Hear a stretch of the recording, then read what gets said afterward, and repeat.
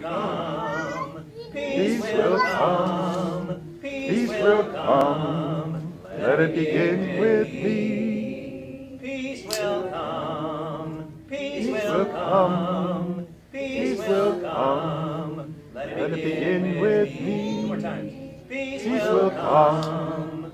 Peace will come. Peace will come. Let it begin with me. Peace will come. Peace will come. Peace will come. Let it begin with me. Those are the three parts.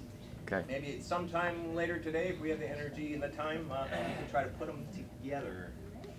But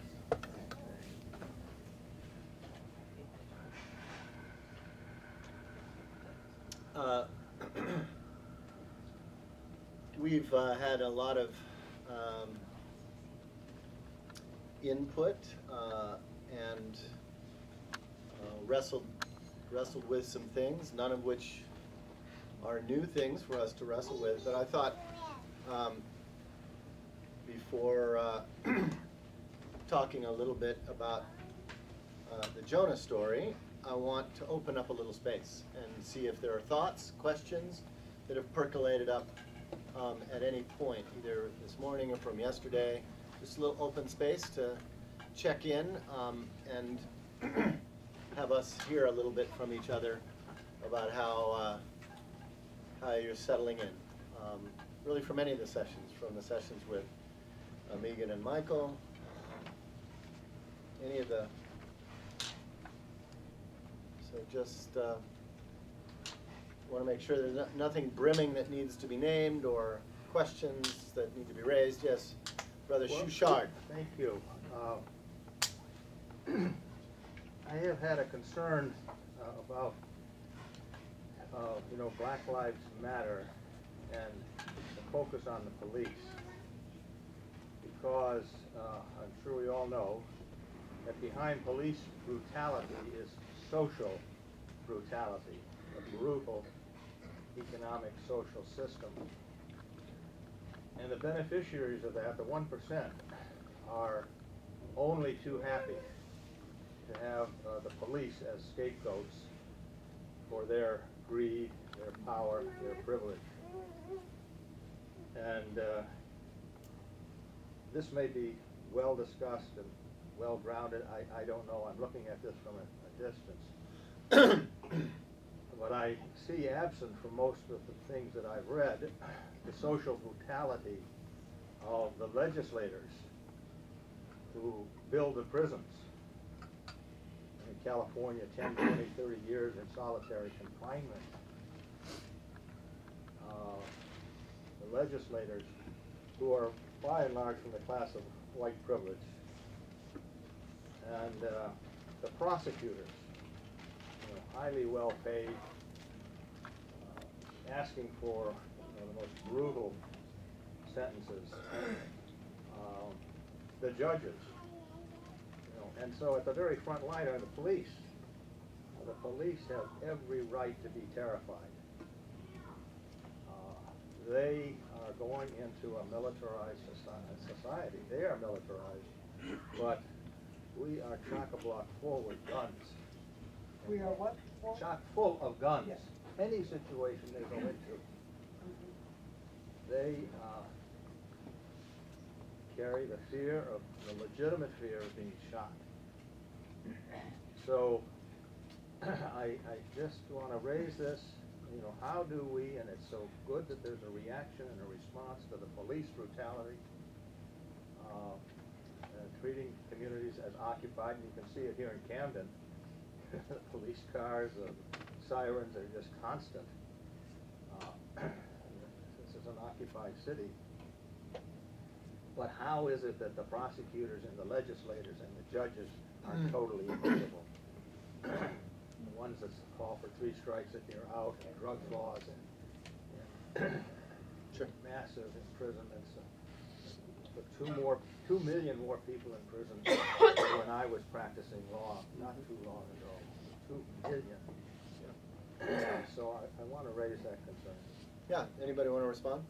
I do, and because I wanted to just One is we need to support the power that young black people are gaining through the police brutality movement, because that's so real and it's so hopeful for the young people in the neighborhoods that are also surrounded by guns. They're the ones that get shot. They're the ones that, you know. But I hear what you're saying, and so the other thing I wanted to say is ultimately it goes back to what you were saying before. We don't care about them. We don't care about the kids. You know, as a society, we don't care about them. And one thing that we've been doing in our neighborhood because of we haven't really had like a little gang war going on, is to talk to the police directly. And we don't have people from Black Lives Matter part of our little community coalition, but we support what they're doing, and we're doing something else, which is to talk to the police about the fact that they are escaped. They are the ones that have to be on the front lines, and if they would join us in saying, we have to care about them. If you join us, police, and tell the mayor and the city council that we don't need more police, we need more services. The reason our kids are killing each other is because that's all they have to do. All they have to think about is a fight that they're in with their neighbor. They don't have a good school, they don't have a good home. It's just, oh God, so little care. And I think that if we focus on the care, and we think for some kids to care for them is to let them have a voice against the police, and for some other kids, for all the kids, to care about them is to say, we want to spend our resources, not $10 trillion on nuclear weapons. We want to spend it on making sure that the children in our care actually receive care. And I think that we can share language across generations and across races if we keep to the idea that we love our children. Okay. Liz. In response to, you know, what you're raising, John, and to a degree what you're raising too, I've been very modestly encouraged by our president visiting prisons. First time ever. I've been encouraged by Baltimore moving people out of this one prison and totally shutting it down, and they'll probably raise it. And an effort that is oriented towards reducing that extravagant number of people in prisons. Has it gone far enough? Absolutely not. Is it a beginning that we can press on and work with? There's part of me that's obviously very suspicious of it, but I think among other factors relative to the prisons is that it costs a lot of money to keep people in these prisons, and there is an effort to reduce the numbers of people in these prisons. I mean, even people who have been there a very, very long times. And maybe, Ched, you can enlighten us on this. How is it going in California, getting people out of solitary confinement in those prisons who've been there for years and years and years? All of them have it, but I think California comes across as being singular in the numbers and lengths of times people have been subjected to solitary confinement. If this is a direction we want to go in, I'm seeing small evidences for hope, and I'm hearing something very different from you, John, so help me. Let's see if there's other responses. Yeah. So, I'll try to be brief. One thing I wanted to share last night, piggybacking on Leah, that I didn't have a moment to do, but when she was talking about the police in Ithaca and that experience of them, I also immediately thought, first of all, we're in a culture of violence that's just endemic, but in New York State, we spent, I have to imagine, and there's no hard figure yet, $1.5 billion or more tracking down 2 men who escaped from that prison up in North New York. The vengeance that the governor and the people that worked for him carried on was abominable, from my perspective, you know. And you ask people, well, what did that cost? Because there were FBI, there were drones, there were helicopters, there were dogs, there were police, there were prison workers, there were police in Vermont and in Pennsylvania. All of that effort to try and find two guys. And there were 500 other people out there who had committed an act like that in the street somewhere, and they were not hunting them. They were just hunting those two guys because they broke out of their house. So that's one thing. And then the other point to make is just locally, my neighborhood, Jersey school, police officer named Scalzi, he's there, and he's in the building, and it's summertime now, but he's wearing a shirt that says, "I am the NRA, pick up a gun." So he's a police officer, and he does mission work, which is the crazy thing from my brain. It's like he does mission work and travels overseas with his wife, but here he is wearing a shirt saying, "Pick up a gun." And that's the way we're going to defend ourselves, by having more guns in our hands. So I just wanted to share those 2 points. Sorry, thank you, Bill. I couldn't see you. I gotta just couldn't see. Right, so what else is new, right? Yeah. What else? Okay. A couple of things, if I might. We probably spent more than the $1.5 billion to find what's this guy's name that they found in the building, Osama bin Laden. So it follows a pattern. It's nothing new about this, Right. Especially if it's someone that seemingly have embarrassed what we're all about. Anything goes to try to bring some resolution to that. I want to respond to John and Liz. It is a complex issue. And if there was a simple solution, I'd love to have it, because everybody could rally around it and get us there. John, you mentioned the attorneys or people who are involved in the criminal justice system. I can remember 10 or 20 years ago when the issue was they're all white. Let's get somebody black in. Well, you got somebody black and you got the same damn stuff going on. What do you do about that? You know, it is having a community in which crime is rampant, and some people like to have that wiped out because they're concerned about the well-being of their child. And so they want something to come in to kind of guarantee them some safety and the like. So that's why I mentioned it's kind of complex. I want to save my child.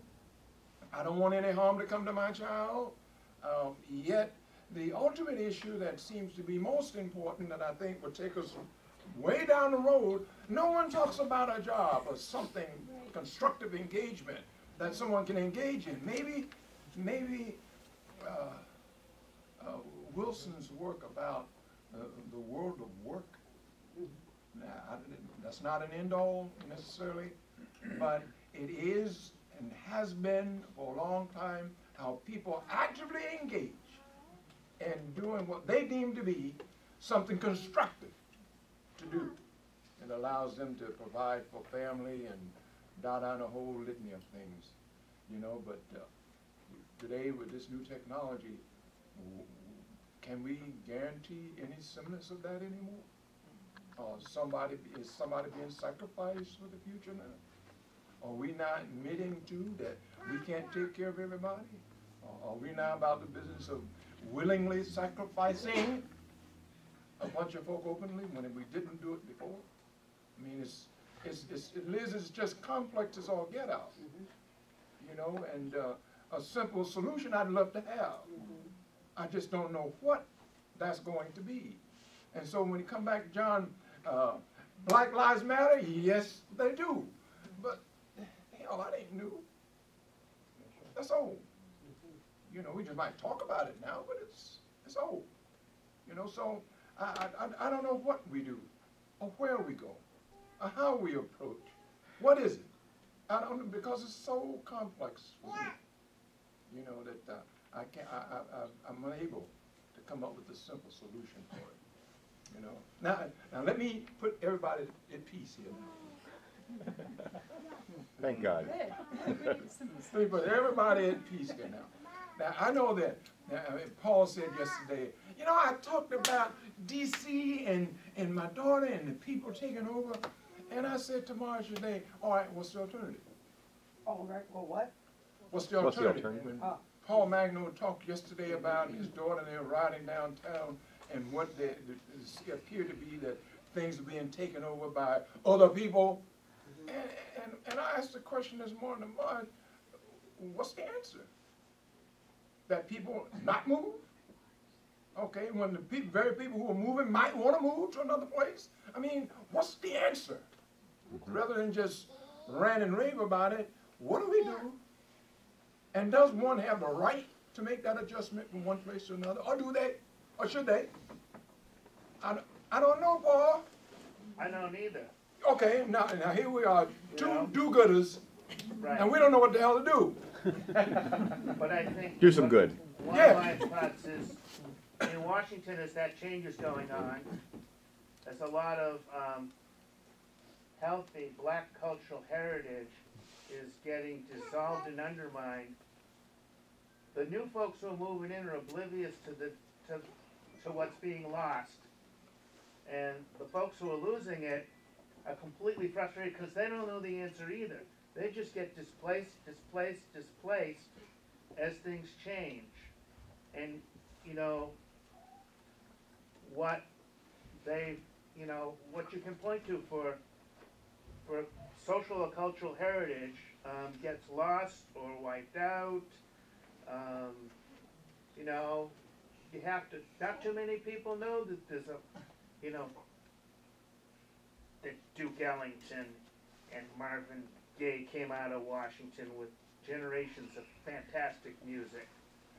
You know, they don't know that there was a history once of U Street being called Black Broadway. And they don't, they may know that, they may not know that. Some people are working hard to keep that in mind, but it doesn't matter to the people who are coming in. It matters that they have the conveniences of urban living for themselves, which, and I don't know what you do about that. You know, I'm mindful of the loss and the absence of ability to do anything to protect, to do enough to protect against it. And we have to know that that's a problem. And it's, you know, it's sad. I had Are you talking about a loss of diversity? No, a loss of a culture in Washington, where what I tried to say is that even in segregated Washington, there's an abundant and strong, and this is why people persevered for so long, black culture. You know, that actually a lot of, to the extent that they're separate worlds, white people are oblivious to. I remember when I first moved to Dorothy Day House and I talked to the neighbor down the street and found out he was a baseball fan. I said, so you like the Washington Senators? And of course he said, no, who would waste their time on the Washington Senators? We could go see the Homestead Grays back in the day and see real baseball players, some of the best in history. And he was right. But we don't know about the Negro Leagues and their players because we learned different history. That's separate history. You don't know who Satchel Paige was or Josh Gibson, generally speaking. And so I was, you know, that pulled me up short. That I needed to learn something about the city. I learned more about the city I lived in than I thought I knew. And there's always been that. Washington has that separateness between the government, industry, city, and, you know, the poor resident city. And it's very racialized, and it's still there's still separate universes. And one is pushing the other one around without much help. We're getting a little bit of, I mean, everything's connected, obviously, but Right. John specifically talked about a social movement and his concern as to whether it is only dealing with symptoms or dealing more with root causes. And I can assure you that every conversation I've had with people directly and indirectly involved in the newest iteration of Black Lives Matter, that there's nobody there who doesn't understand that police violence is a symptom. But it's a symptom that needs addressing, A, and B, it is a foothold in the public discourse from which the deeper issues can be spoken of and are being spoken of. I would commend to you, as we all try to read the terrain of social movements, which is always a shifting terrain in the United States and around the world, that in this historical moment, it is worth spending time paying attention to what's happening in North Carolina with the Moral Monday movement and the Forward Together movement. This is also a movement that is being spearheaded by African American leadership. NAACP and their visionary president, Reverend William Barber. But it is a the Moral Monday movement arose from discrete statewide struggles around prisons, around education, around healthcare, and then was stimulated by the fact that North Carolina, supposedly the most progressive state in the South, beginning in 2011, began rolling back legislation all the way back to pre-1964 with voter registration restrictions and so on. And this is a movement that is being led by black clergy, which is radically hospitable across the board to other sectors of the movement, including feminism, LGBT inclusion, social service, nurses unions, building a broad coalition. And they do understand the roots, particularly in the legislature, of the sort of symptoms that we see on the streets, and they are extremely strategic in addressing that. Last year, the Moral Monday movement had 50 straight weeks of occupying the state capitol in Raleigh in protest, in which hundreds and sometimes thousands of people occupied the Capitol Rotunda right outside the room where the North Carolina State Legislature meets, and protest and chant and sing, and they call it a people's government, and it's a powerful public statement. It is involved every week for 50 weeks. People got arrested. There were more than 1,000 people arrested last year. I know because I was the 1,000th person arrested last summer at the Capitol Rotunda, and Dr. Barber is very much in communication with Black Lives Matter, younger activists, and trying to mentor them. So I think it again speaks to where we left it yesterday, which is there needs to be some good cross-fertilization between our movements and helping everybody understand that A, everything is connected, and B, no matter what issue any of us work on, there's always stuff that's deeper.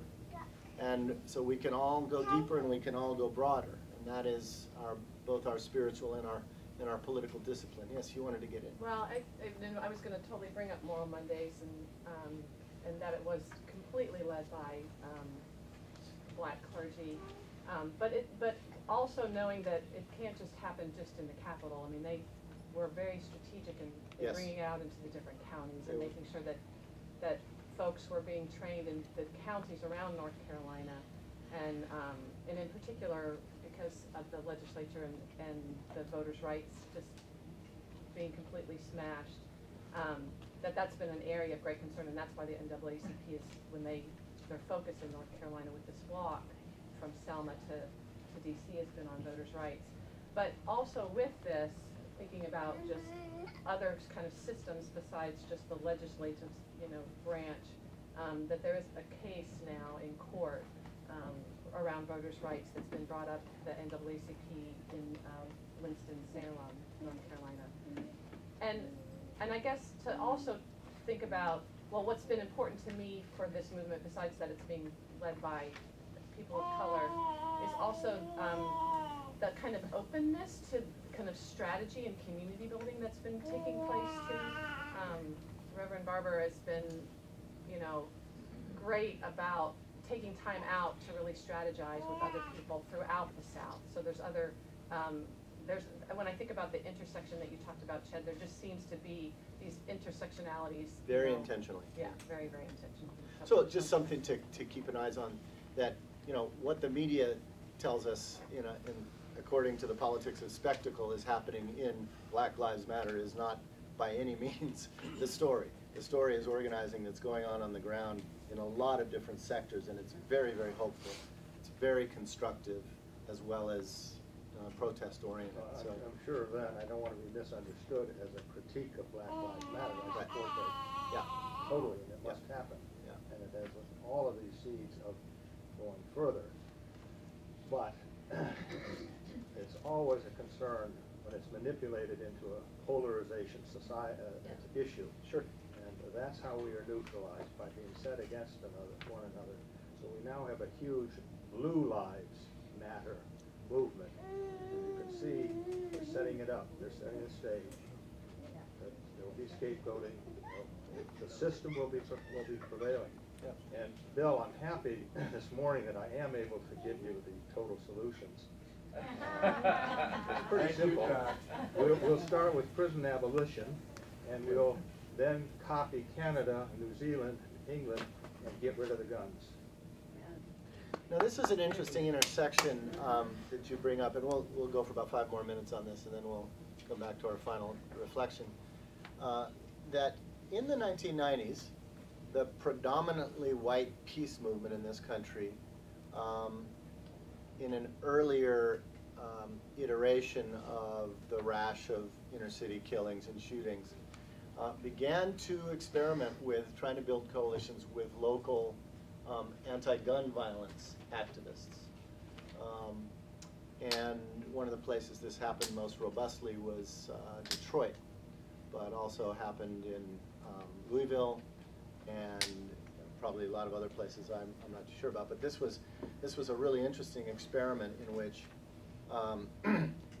folk like us, who had been putting a lot of work talking about the big guns and acting around the big guns, were coming together with African American mothers of slain kids on the street who were concerned about the violence of the little guns every day on the street, and not just police guns, but guns in the community that, you know, people were killing each other with.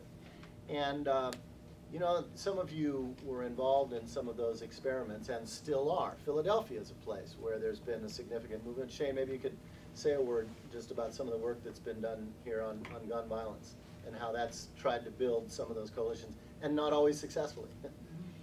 Well, in Philadelphia, there's been a real movement of folks called Heeding God's Call that's brought together a really eclectic mix of folks from Quaker, Mennonite worlds, and also the local Pentecostal and Black and Latino pastors and leaders in Philly.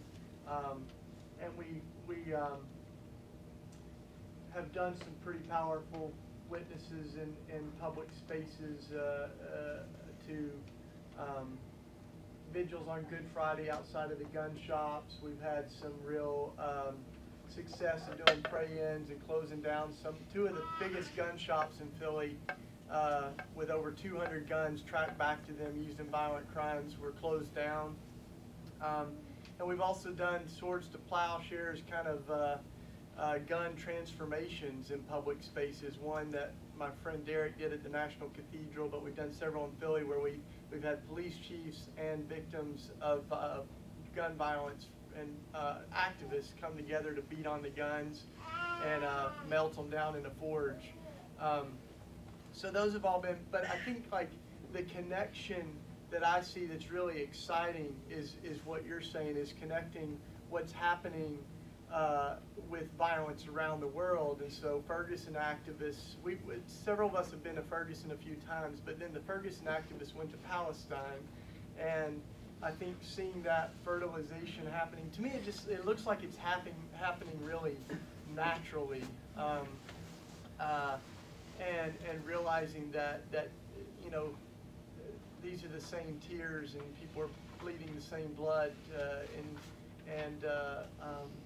so I think we're currently talking about what that means for the Pope's visit, you know, to Philadelphia. We just had a conference call with Pico and Power, and then Brandywine, you know, and Bob and other folks to see if we can connect this idea of nonviolence as the Pope comes. So there will be a large vigil at the prison that the Pope visits to bring attention to mass incarceration and racial justice, but there'll also be a demonstration at the Drone Center in Horsham, and so we're trying to you know, intersect that and cross-fertilize it, and I'm really hopeful because it does feel like it's happening really naturally. Like when we were on the phone together, all these people that didn't all know each other, and it's like we're finishing each other's sentences, and it's really, really exciting. It's young and old, black and white and Latino, and charismatic and Quaker, and it's wonderful. And so really it is in that spirit of the invitation and the imperative for us to knit together peace and justice movements that are still largely themselves balkanized in this country. And it is one of the ways in which the empire divides and conquers us, and we divide and conquer ourselves. It takes a certain amount of political and spiritual discipline for us to not only go deep on a particular issue or a particular front of struggle, but also to remain open and maybe even tithe a certain amount of time and energy to other people's struggles from which we have something to learn. And only insofar as we do that organically will we discover that actually we can finish each other's sentences, because it is the same stuff in different expression. Jim, one more example of that too is when we went to Ferguson, we got a message from the Afghan peace volunteers in Kabul in Afghanistan. It's unbelievable. They sent us a message. They said, "We heard you're going to Ferguson. Could you take a flower and lay it at the memorial for Michael Brown from us in Afghanistan?" Beautiful. And I told all the leaders there that as we laid it down there, and they felt that. It wasn't a surprise to them at all. Right. So a balkanized movement is by definition less than the sum of its parts. A synergistic movement by definition is more than the sum of its parts. If in fact we are dealing with the synergistic violence of the four horsemen of the apocalypse and the giant triplets of imperial pathology, then it is so important that we, each of us, and together in our small communities of faith and action, keep looking for ways to connect. Keep looking for ways to cross-fertilize. Keep looking for ways to join each other. And I know this circle does a lot of that. We can do even better. Just a couple more comments, then we'll turn to Jonah. I just have a more of a question, or I don't even know how to say it, but one thing that's very challenging is with the Black Lives Matters and with the people that are trying to be allies to them, is there's this discussion about nonviolence and what is nonviolence, and you know, the bottle throwing and different, and it happened at Occupy as well, but in this sense it's been a real struggle, and I think Plowshares people are a good connection between the young people and the people, the white liberal people per se, or however you want to say it, that want to be a part of the movement. We can be a good bridge, because I think the young people see the Plowshares as not having, you know, as having the, I don't even know how to say it, but because we don't believe that property destruction is always wrong or violent, we maybe have an access to be some way of communicating between the two communities, and that's been a real struggle, and just for us and maybe other folks too. And yet there has never been a social movement in this country where that hasn't been a debate. So that's not a new set of issues. There's a little bit of wisdom in this room about those issues, and let us bring that to the table. So I'm just so grateful for the years and years of engagement and struggle that's represented in this room. And I also know that as any of us get older and new and different things percolate at the grassroots that we aren't part of, they're a little perplexing. We don't necessarily understand. We don't understand the language. We don't understand the symbols. We don't have relationships with the new activist communities. That takes a little work. And generally speaking, young activists aren't going to make it a point to find their way into our spaces. It's probably our responsibility to figure out a way to show up at some of their spaces. And I know that some of you do that, but I think it's, again, it's an invitation and a challenge to us, precisely as, you know, I think of the great story that I heard from some of you about the anti-globalization movement protests in DC in 2002? 2000 was it? And how you know, some of the young militant anarchists were skirmishing on the street and, you know, got busted, and for the first time we're going to jail, and right alongside them in the cell were Catholic workers who just gently but firmly said, okay, now it's time to talk about how to do jail time. And these young activists had never thought about that question, and here were the supposedly irrelevant pacifist Catholic workers, suddenly they're best friends to help them figure out how to do jail time. And that's the kind of mutual aid and leavening of the movements, but it does mean that we've got to be there alongside. And so looking for ways to cross some of the lines and show up at, you know, show up with the indigenous water workers, show up with the Moral Monday movement, show up with some of the Black Lives Matter stuff, show up with the anti-Keystone Pipeline activism, which, by the way, is gonna, that's a fight that's gonna get real hot in British Columbia, and it's gonna be led by indigenous people, and they are paragons of, we ain't going nowhere, and your pipeline's not coming through our land.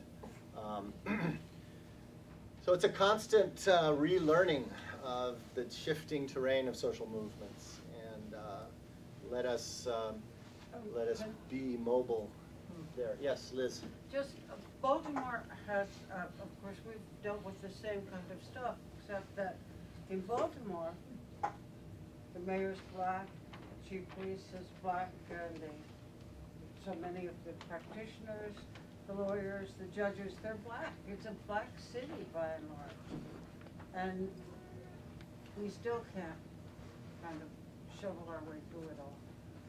And in Baltimore, the issue has to do with the city being segmented into areas that are radically poor and black, and areas that are middle class and upper middle class. And it's rigid, except that those black impoverished areas are growing all the time. And it's absentee landlords, and the blacks don't have jobs, they don't have money, they don't have. Freddie Gray graduated from the high school right across the street from us on Bentelow Street. He was a certified carpenter out of the school, and he couldn't get a job because nobody's spending money on those buildings in those neighborhoods. And they're all trash. I'm sorry, I know we're moving on, but thank you, Valdez, because I think I am excited about Black Lives Matter, but I am not excited about the endless repetition of the word racism as the problem, because it's a policing tactic. It's an aggressive policing tactic that is likewise administered by white cops and brown cops and black cops, and likewise administered by mayors who are white or black. It's aggressive policing. I actually think it's the wrong word. I think racism is a cultural issue that we need to confront all the time. But if you're going to talk about why Freddie Gray was chased and brutalized and killed, I think racism is just the wrong word to describe that. I think it's a policing tactic. that is rampant in in many different cities. Okay, how about one more comment and then we'll shift gears. Well, Yes. this might fit in, I don't know. I think one of the words we have to keep coming back to is the dehumanization of our whole world. The planet has been dehumanized thanks a lot to the United States. And I do think that the police, yes, they are victims, so are the military people. But the military people at least quit and say, I'm sorry. I haven't heard one policeman quit and say, I'm sorry. And that, to me, indicates that kind of dehumanization and the fact that the system never takes account so far of this kind of brutality toward people. And most of the people have been black. I'm sorry, but they have been. I don't think we would do much in this country without racism. We don't know what to do without it, because it's been the scapegoat for everything that goes on, economically in particular. So I think that the war, and this leaflet that I brought that you might want to read, we tried to make the connection between killing with impunity by drones and killing by the police with impunity. And I think it's so pervasive, it's only going to take a radical change for this to ever turn around. I'd like to invite us to just take a minute, take a couple of big breaths, recenter ourselves in our chairs, stand if you want.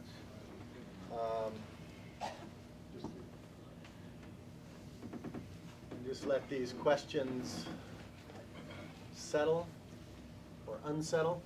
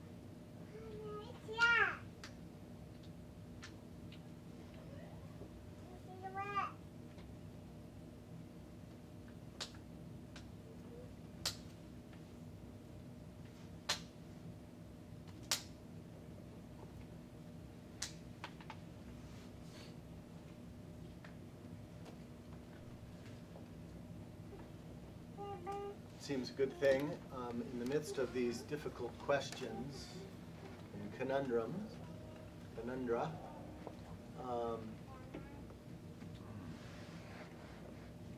to allow the old wise story to speak the last formal word into this circle.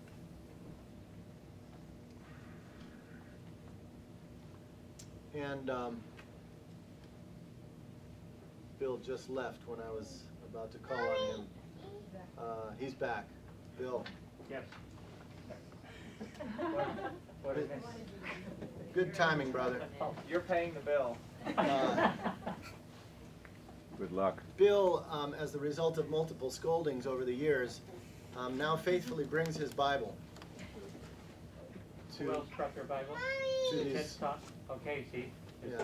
A couple of us have learned. Yes, so many raps on the knuckles with a ruler finally does work, yes. Bill, if you'd turn to the Gospel of Luke, chapter 11. That's in the New Testament. Mark, right? Yeah. Toward the back of the book. What page? Luke chapter 11, verse 29. And just read that verse. Just verse 29. Just verse 29, and read that verse, and then take a few seconds, and then read it again, and then take a few seconds, and then read it a third time. Maybe actually we've got 3 people with Bibles open. We can have 3 different voices.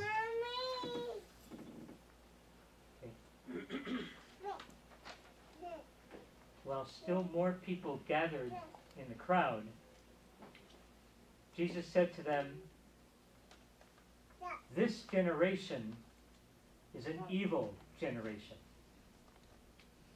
It seeks a sign, but no sign will be given it except the sign of Jonah."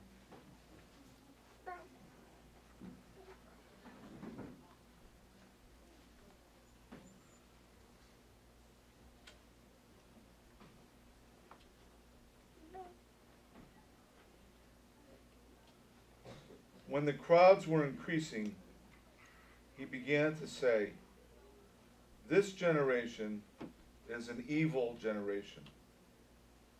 It asks for a sign, but no sign will be given to it except the sign of Jonah."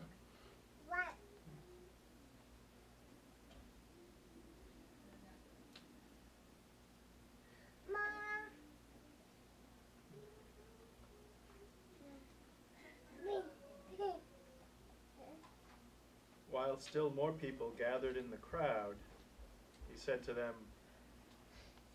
"This generation is an evil generation. It seeks a sign, but no sign will be given it except the sign of Jonah."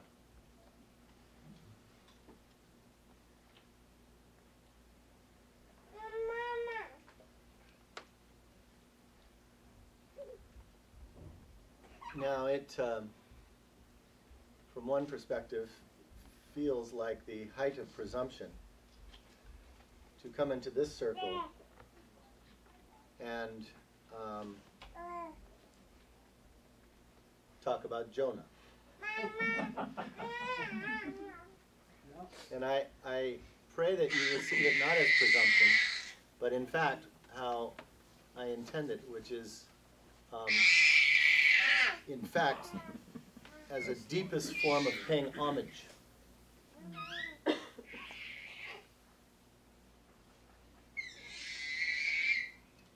This circle was born out of this story. And this story, according to Jesus, is the most reliable sign to make sense of the history we were talking about yesterday, which Jesus talks about in shorthand as an evil generation. By that he does not mean a moral indictment of everyone living. He means that this is a generation groaning under the weight of the triplets of violence and oppression and ecological degradation.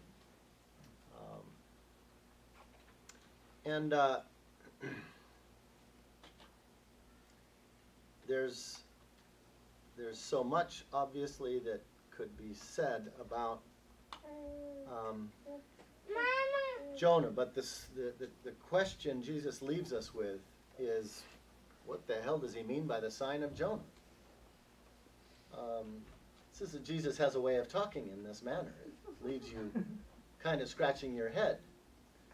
Or rather, more accurately, scratching your head and having to go to the left side of the Bible, which of course was Jesus' Bible.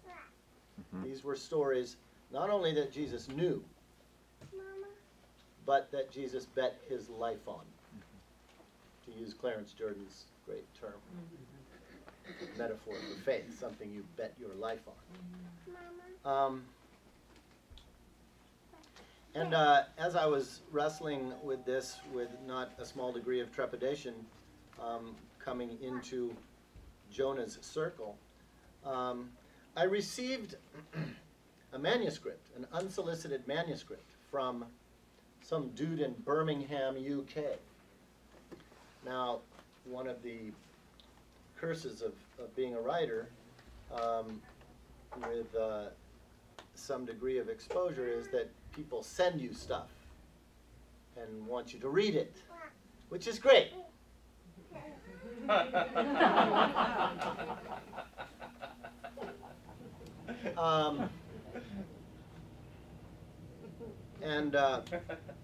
The problem, of course, is so many of these manuscripts don't have, how would Liz put this, doesn't have a lot to commend it. And so, you know, over time you grow a little jaded and you get these manuscripts and you look at it and, oh, wow, okay, here we go again. There are two things that, yeah, you know this, right? Didn't get stacks. Yeah, stacks. And he's still getting stacks of them, though he can't read them anymore. Right, right. So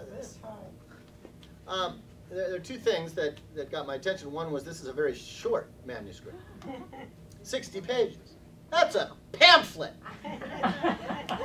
All right, so that moves it up one notch, right? And the other was that this was entitled The Ballad of Jonah. Oh, straight to the top. But unsolicited, don't know this guy. And so after overcoming my reluctance and putting it off, I finally opened it up and started reading. And from the very first page, I realized this was something extraordinary. And trust me, this doesn't happen very often with these manuscripts. Just an extraordinarily insightful, rich meditation on the book of Jonah by someone who is not a theologian, not a biblical scholar, and only marginally an activist. But he's a musician and a performance art musician, meaning that he only does his music in public spaces with the attempt to disrupt public spaces, to get folk to think about things. Which I only found out afterwards after reading this manuscript, because I'm like, who is this guy? Right? His name is a good name, David Benjamin Blower. Birmingham, working class guy from working class city, Birmingham, UK. And so I've just been immersed in this, and it was just a really lovely discipline for me getting ready to come into Jonah's space to be immersed in an extraordinary gift of a manuscript about Jonah. And I brought an extra copy of this manuscript to send back with Liz to Jonah House in the hopes that maybe you'll be as delighted as I am. I just want to lift up 2 or 3 things that this manuscript lifted up, which I think is relevant and illuminating for the dilemma of the question, what is the sign of Jonah? How do we move forward in an evil generation? Once again, as I started out saying yesterday, we're just talking about the very basics of our catechism of resistance faith. Nothing new and novel here. These are material we've been wrestling with now for more than 40 years. Thanks to you and your compadres. The first thing he points out, he actually wanted to, he's a folk singer as well and plays in pubs, and he wanted to see if Jonah could be a musical. And he was all set to do this musical, he says, when one day he saw a short video on the news of a mosque being blown into smithereens by ISIS militants in Iraq. And he read that this mosque was said to house the shrine of Jonah. And actually had a relic, very unusual for a mosque to have a religious relic. And the relic was a whale's tooth. No longer exists, thanks to the different form of mirroring the violence of empire by becoming fascist in resistance. He said it was so crushing to him when he heard this news that he just stopped writing the manuscript, stopped singing the songs, gave up on the idea of a Jonah musical. So he began in the difficult, dark space of the evil generation. When he takes it up, he was interested in the story of Jonah. He talks about everybody knows the story of Jonah. It's one of the Bible stories everybody knows, even people who don't know anything else about the Bible. Half of the folk sort of designate it as a children's story. Half of the folk only know the bit about the dude in the whale's belly. All out of context. But he said he'd been studying sea shanties, and how sea shanties are always sort of about doom and destruction in the ocean, and they're always wet and depressing. And he said he could really relate to that.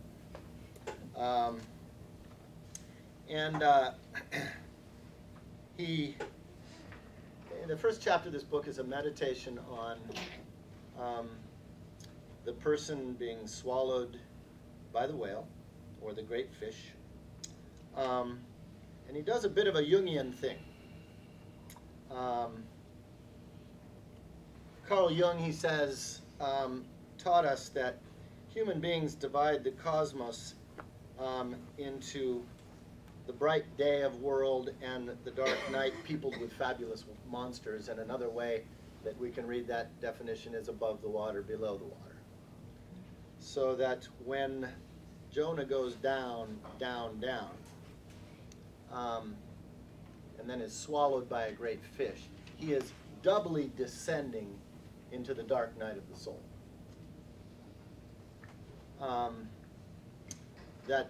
Indeed, that great fish, archetypally speaking, represents the unresolved troubles that glide darkly beneath all of us. That this is someone who is in a journey to make sense of that deep, deep shadow.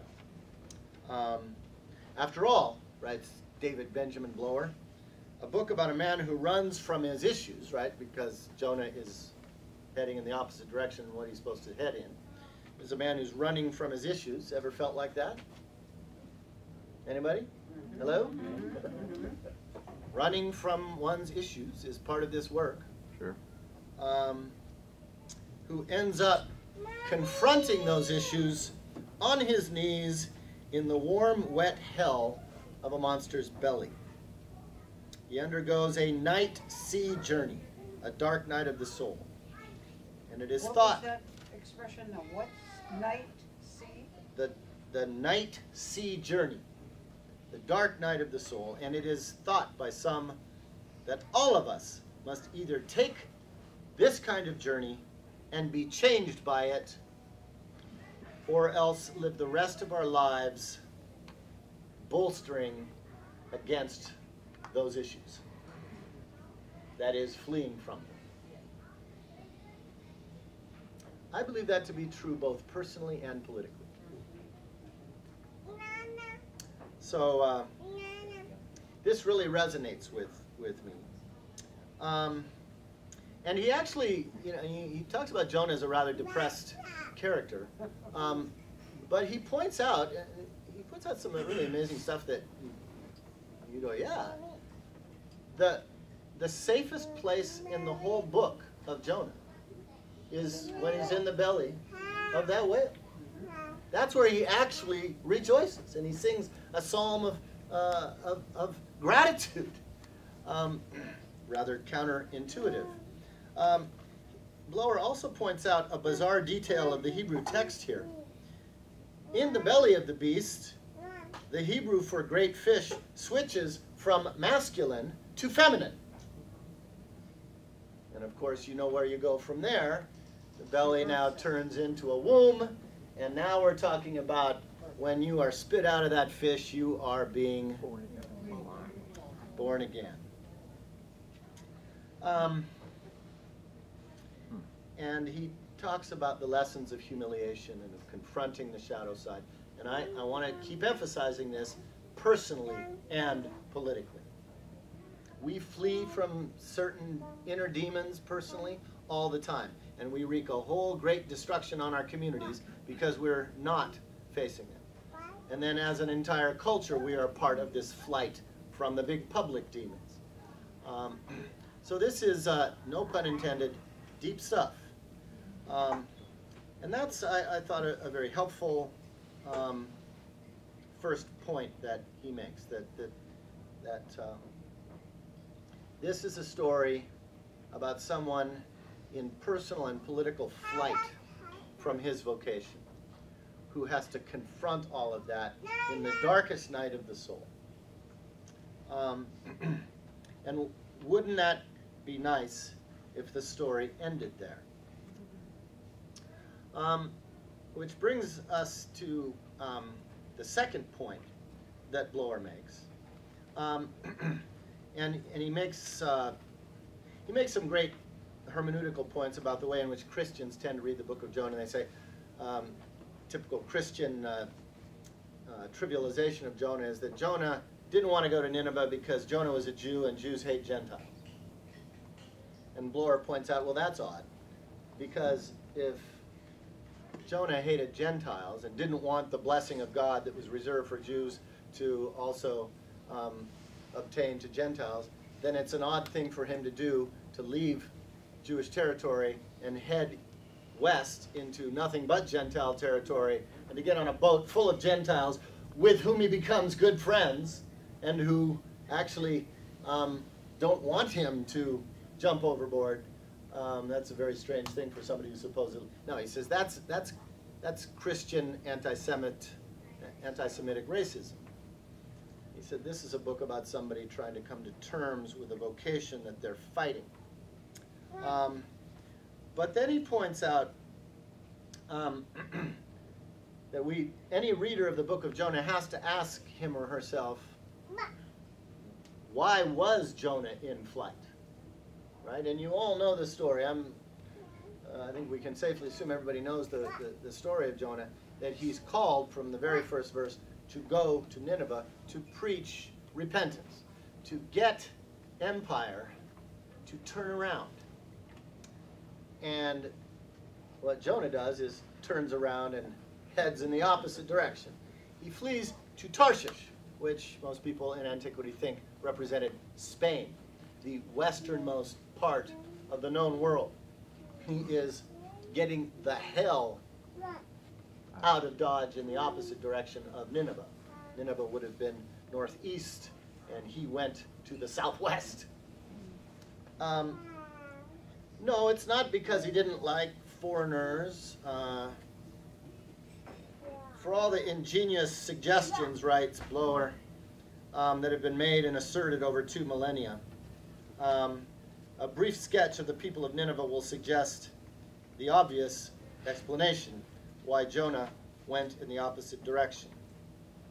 The Assyrians, he says, who ruled from Nineveh, were the Nazis of the ancient world.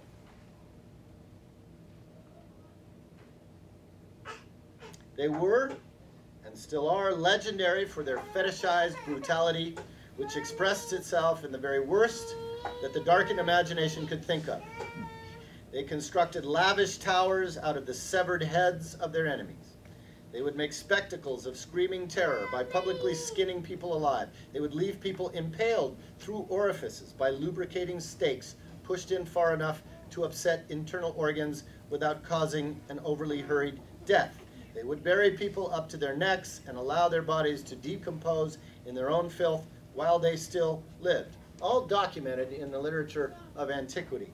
And it was the king's royal privilege to decide what imaginative horror the vanquished would be subject to after a battle was won. And the Assyrians were on Israel's doorstep. And the thought of falling into their hands was a very real prospect for Jonah's people, which is, as we know, exactly what happened. Did you ever hear about the Jewish man who went and stood on a soapbox at the Nuremberg rallies and loudly shouted out that the Nazi project would come to nothing good and that they should all repent? No. Of course not. Who in their right mind would do that?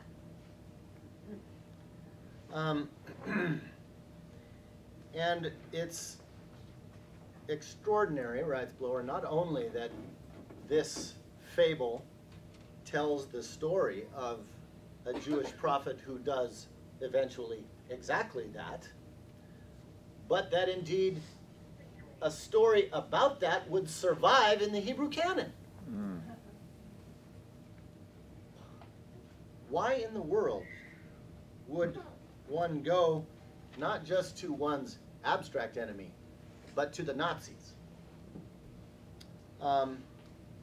Another excerpt. Now, it is one thing to rail against the seat of oppression from the periphery. In fact, it can make a person quite popular. If you want examples of that in our Hebrew Bible, read the book of Nahum, which is the counterpoint that Jonah was written to counter. Nahum is full of nothing but excoriation for the Assyrians.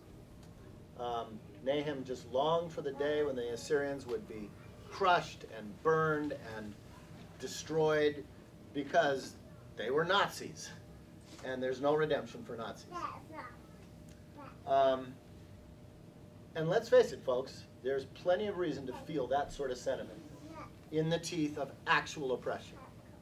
Is there rage today in our streets?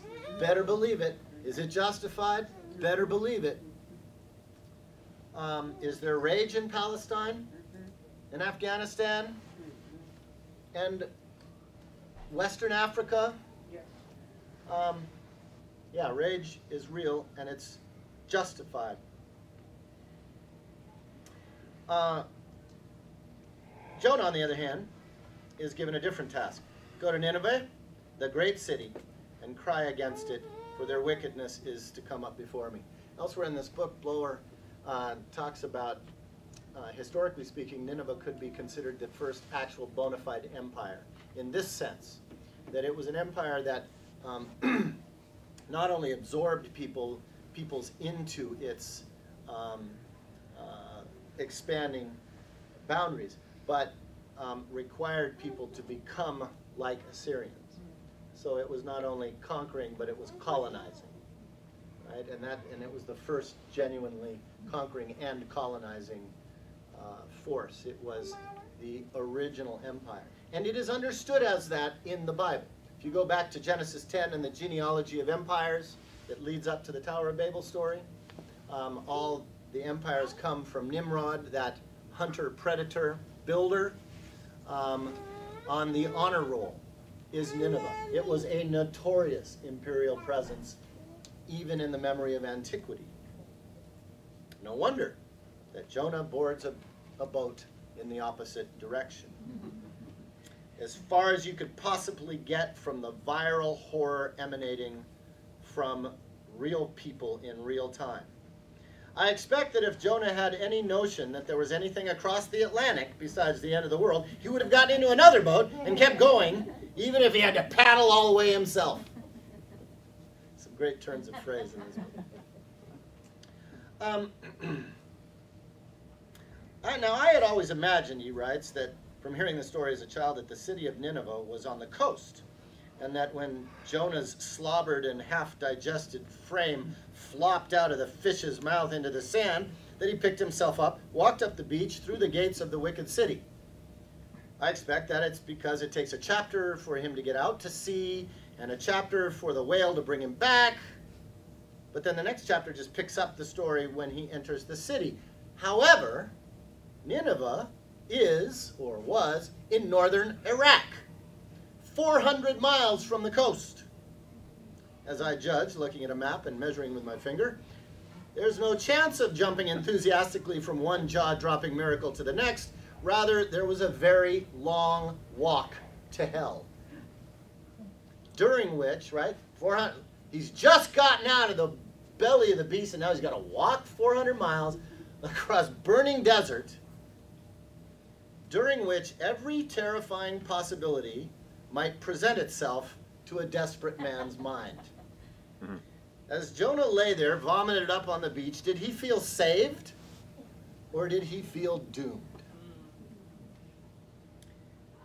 And we read then of his lonely entry into the city of blood, the epicenter of darkness, a place filled with stories and images of beheadings, impalings, skinning, where nothing was familiar, everything, every sound, every person was strange, malicious, and he spends a day walking around, I suppose, in terrified anticipation of the moment when he will have to open his mouth and speak with the foreign tongue against this irresistible force of triumphalistic terror.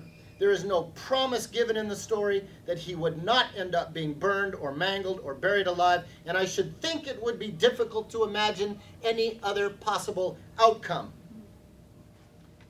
And so he takes in one last miserable day of his life, and then he finally says, "Yet 40 days, and Nineveh shall be overthrown,"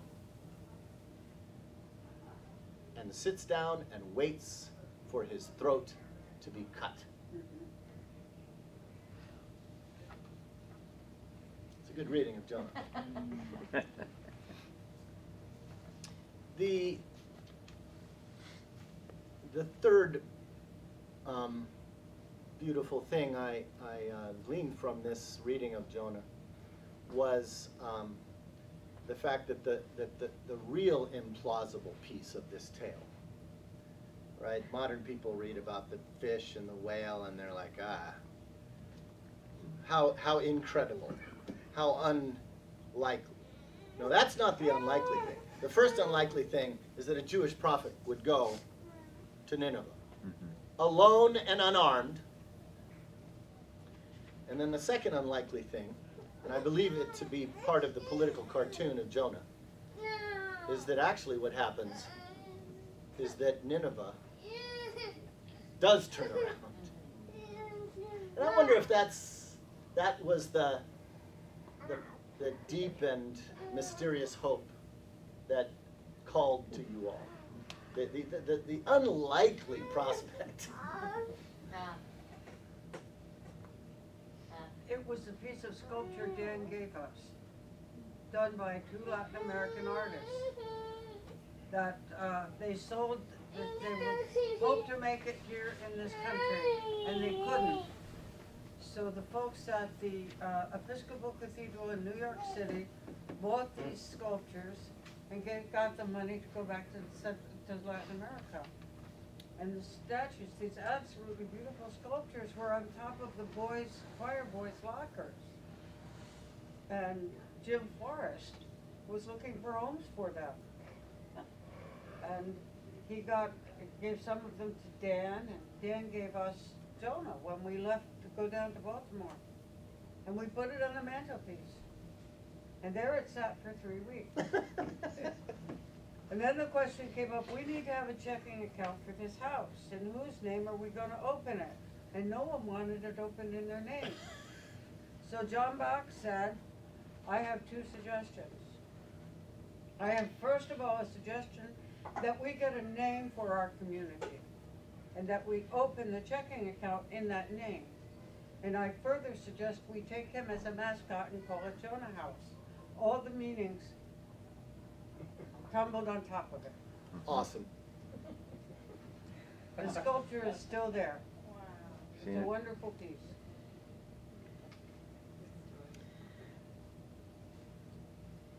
And there's lots of meanings to have. Oh yeah.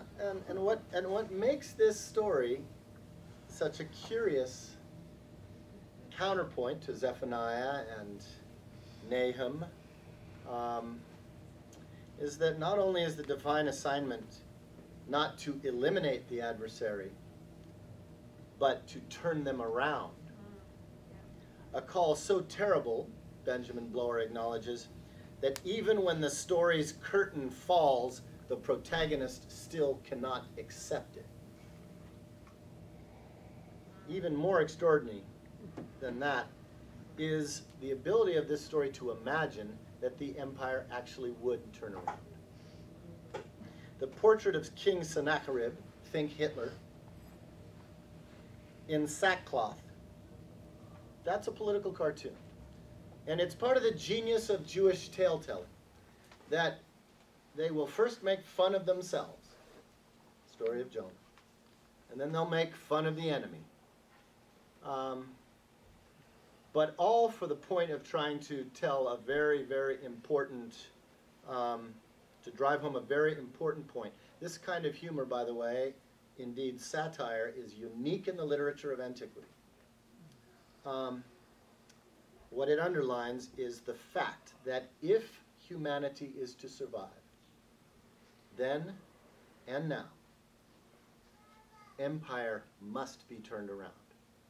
And that is the will of God. Nothing less.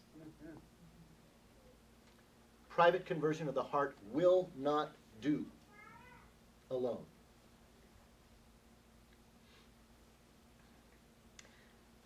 Lastly, this author makes some beautiful points about how the book of Jonah is a lens through which to understand the entire Jesus story. The entire what? Jesus story. As Jonah became a sign to the people of Nineveh, says Jesus of Nazareth, so will the human one be to this generation. He literally takes on the mantle of Jonah in the gospel story.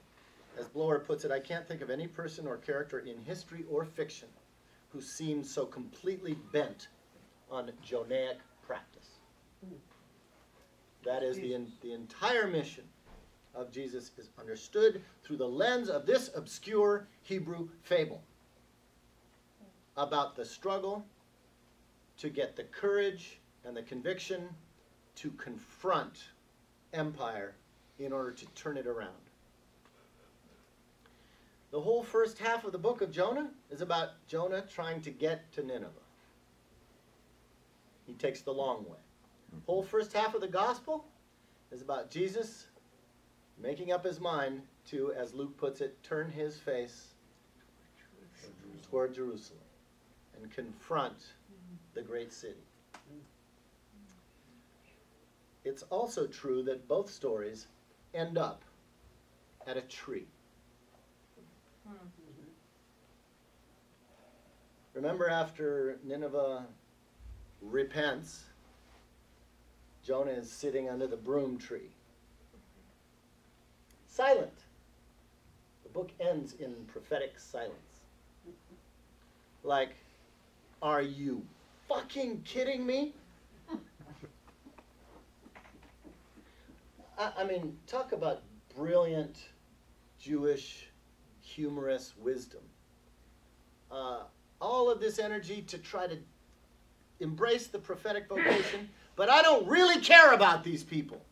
I'm not even sure I want them to turn around. Friends, do you feel that anywhere in your body? Yeah. We can think of that in terms of race rage. We can think of that in terms of class alienation.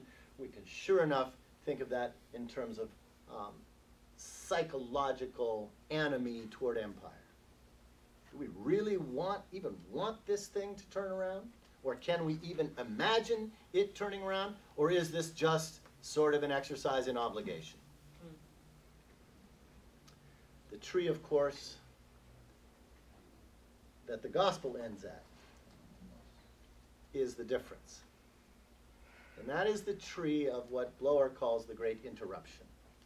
And the great interruption is that ultimately all of our work of resisting the apocalypse is grounded in God's love for the Nazis. So Jesus dies on a Roman cross. The Romans were the Nazis. And now we are the Nazis. And the utterly counterintuitive move, the utterly mysterious and perplexing and quite frankly frustrating as hell meaning of the sign of Jonah is what Benjamin David Blower calls the great interruption of the myth of redemptive violence, of the spiral of violence, of the logic of empire, to embrace the enemy even as we resist the enemy's logic and culture and practices of violence. And Benjamin Blower admits that he doesn't know if he's really up to this. I'm feeling him, but there it is. Nothing is left to our evil generation than the sign of Jonah. And I want to just testify to you in my last words here, as our hour is up, that I was born again in the belly of this beast in 1976, when I hitchhiked across the country to join someone I'd adopted as a mentor, whether he liked it or not, LaDon Sheets, and was welcomed as so many of us in this circle were, I believe. I still remember as if it were yesterday, finally finding my way to 1933 Park Avenue, knocking on the door, and door opens and there's Phil with his New York Times and that great big smile. Welcome, traveler. Come on in.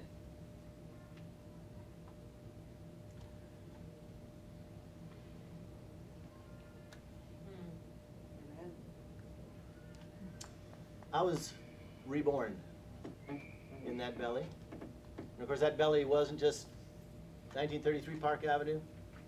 It was having to go into the belly of the beast in DC and confront that.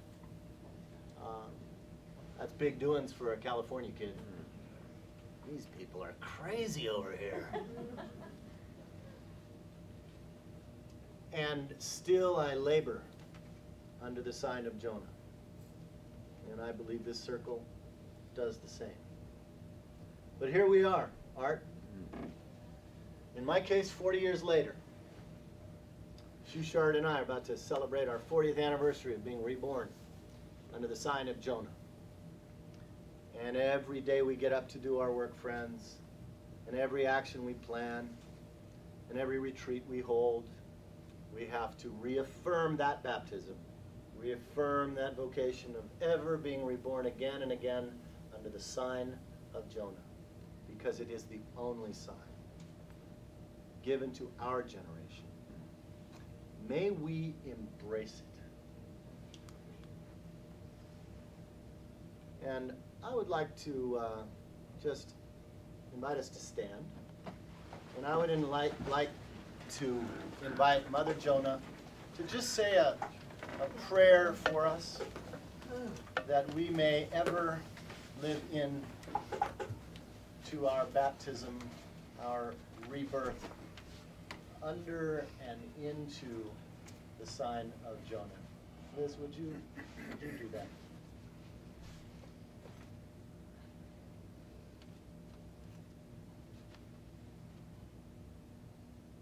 We ask God to look down upon us. Let us ask God to look down upon us as we gather here, having shared so deeply of these insights, that they might take root in us and grow and be conducive, that they might help us to change and grow into the way of God in each of us. And that might go out from us into our world to make a difference. God willing. God willing. For this, let us pray. Other prayers.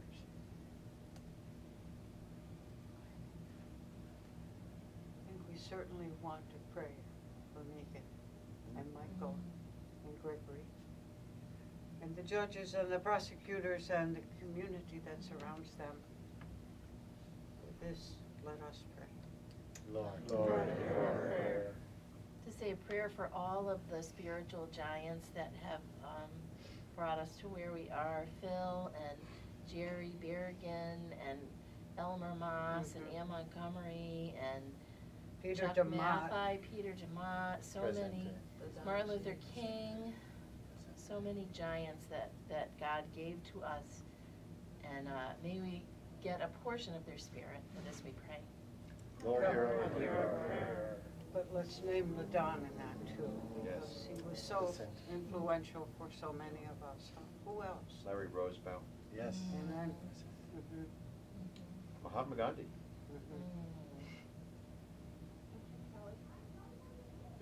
Patrick Kelly. Dorothy Present. Day. Yeah. Oscar Romero. And those beautiful nuns, church women in El Salvador, Mora, Ida, Dorothy, and Jean. And Steve DeMott, who presented on Jonah at the ALC retreat, not within the 15 years. Can't hear you. For Steve DeMott, who presented at this ALC retreat on Jonah, not like 15 years ago. Yeah, Steve, yeah. Saint Bishop Romero and Bishop Geraldi, Gerardo. Tom Lewis, who did the artwork for The Nightmare of God. Cesar Chavez. David Rustin. And may our shared message to this Nineveh be one of love and compassion and healing. And you got cut off here. Let's Well, put I him was out just here, thinking huh? of our dad, John Peter Grady, Right. but his dear friends and mentors, Father Alvaro de War, Nico, and Ivan Illich. Yep. Nikki Allen. Jim, Mulaney, Tony Mulaney. One of the Milwaukee 14, yeah. Paul Mayer. Oh, yeah. Eileen Story. Ann Montgomery, for God's sake. You did, Howard okay. Zinn. Dave Dellinger. Chris Mulroney. Yeah. Jerry Berrigan. Howard Zinn. Mary Jane Howard. Yes! David Durst. Thomas Merton. And some self. So recently left us. We are surrounded by so great a cloud of witnesses. Let us